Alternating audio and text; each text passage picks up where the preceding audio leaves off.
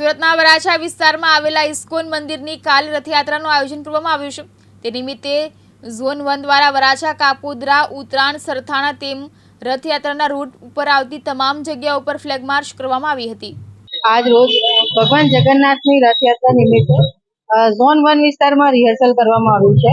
એનું આયોજન કરવામાં આવ્યું છે। જે રથયાત્રા છે એ વરાછાના મિની બજારથી શરૂ થઈ અને કાપોદ્રા, હીરાબાગ થઈ અને ઉત્તરાણ બ્રિજથી લઈ ઉત્તરાણ પોલીસ સ્ટેશન અને ત્યાંથી પરત આવીને સૌજી કોરાટ બ્રિજથી સરથાણા પોલીસ સ્ટેશનનું જે નેચર પાર્ક છે, જે ઝૂ છે, ત્યાં આગળ આ રથયાત્રા જે છે સમાપ્ત થશે।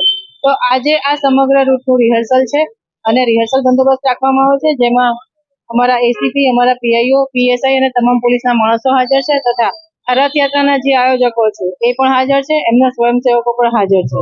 બધા સાથે મળીને અમે રિહર્સલ કરીએ છીએ। કાનાભાઈ મેર, દિવ્યાંગ ન્યૂઝ, સુરત।